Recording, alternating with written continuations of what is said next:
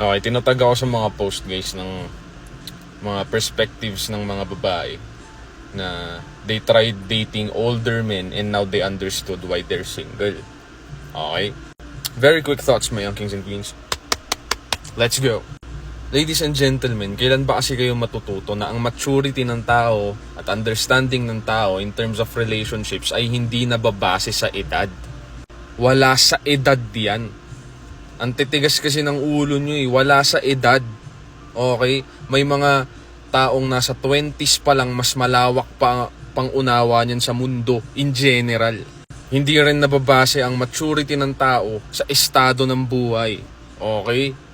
We can say na partly experience ang nagpapausad sa tao.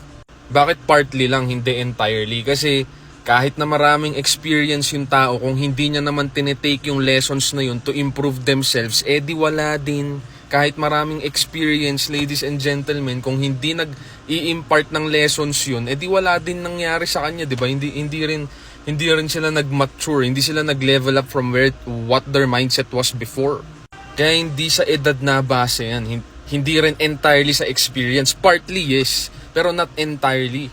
Signs of a person, no, in general, men or women, okay, na mature sila in terms of relationships is, number one, alam nila kung saan sila banda nagkamalit, nagkulang. Okay? Next is they are vocal of how they feel. No? Hindi nila tinatago sa inyo yun bilang partner. Kapag meron silang naramdaman na ikinasasama ng dibdib nila, ng loob nila dahil sa ginawa mo, sasabihin nila sa'yo yun. Number two, that when it's your time to talk, they shut up. Okay? Number three is they attack the problem, not you personally. Okay, yung problema, yung galit sila sa ginawa mo, hindi sa'yo. Kaya pinagsasabihan ka nila na ito, ayoko tong ginawa mo dito. Bastos ka dito sa parte na to. Hindi niya sinasabi na bastos yung buong pagkatao mo. Gets mo? Now, in connection with that, malawak ang understanding ng isang mature na tao. For example, nasa argument kayo tapos nagmura ka out of frustration. Hindi niya yun iti-take against you na ano yung minumura mo ako kahit hindi mo naman sinabi na ang putang mo. Hindi mo naman siya ginanon. Okay? Pero pag napamura ka lang, shit, putang inang hirap naman nito. Pagka ganon, hindi niya i-equate yun na, so ganon, minumura mo ako. Pag ganon, immature yun, guys. Kasi clearly, hindi mo naman minumura yung tao. Napamura ka out of frustration. Next is yung mga maliliit na bagay hindi na pinapalaki. Hindi nila pinapalaki. Hindi ibig sabihin na hindi na pag-uusapan. Pag maliliit na bagay, kapag sinabing hindi na pinapalaki, ibig sabihin inaayos ka agad yun. Kapag simpleng misunderstanding lang. Okay. So, akala ko kasi nasa bahay. For example, akala ko kasi nasa bahay ka na nung nag-text ka ng ganito. Yun pala, nasa biyahe ka pa pero hindi mo sinabi sa akin. Sa susunod, sabihin mo sa akin. Okay? Kasi gusto ko updated ako sa mga ganyang bagay. Nasa taxi ka pa or nasa bahay ka na. Gusto ko alam ko kung nasan ka. Pero hindi na siya gagawing big deal na tanga-tanga mo kasi mag-update yung mga ganun. Hindi naabot sa ganun. Okay, bibigyan ko kayo ng ng example on how you can self-reflect. Okay, so ganito. For example, big deal sa partner ninyo yung updates. Okay?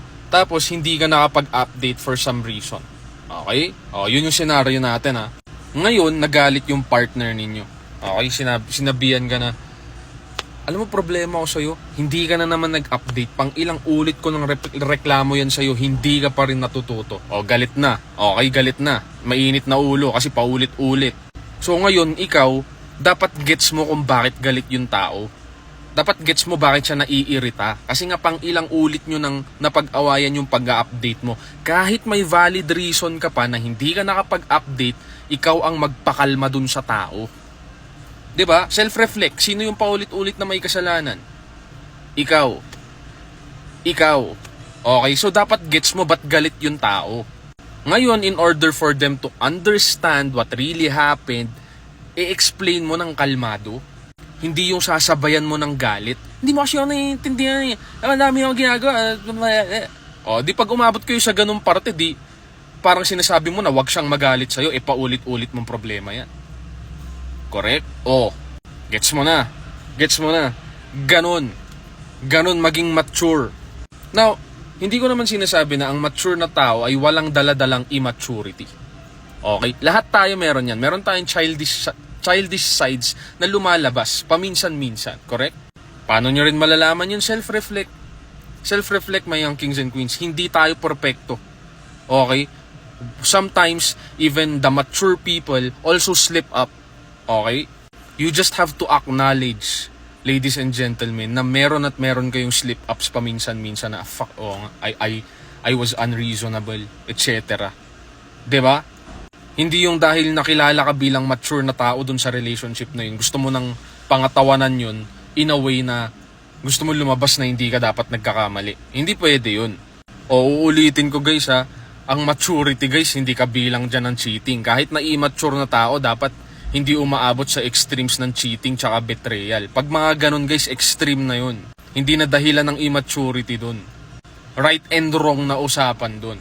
Okay? So yun lang mga kings and queens. By the way, stream my new song. It's already out on all streaming platforms. If You Want Me, ang title niya. Alright? I'll see you in the next vid mga kings and queens. Other than that, nice.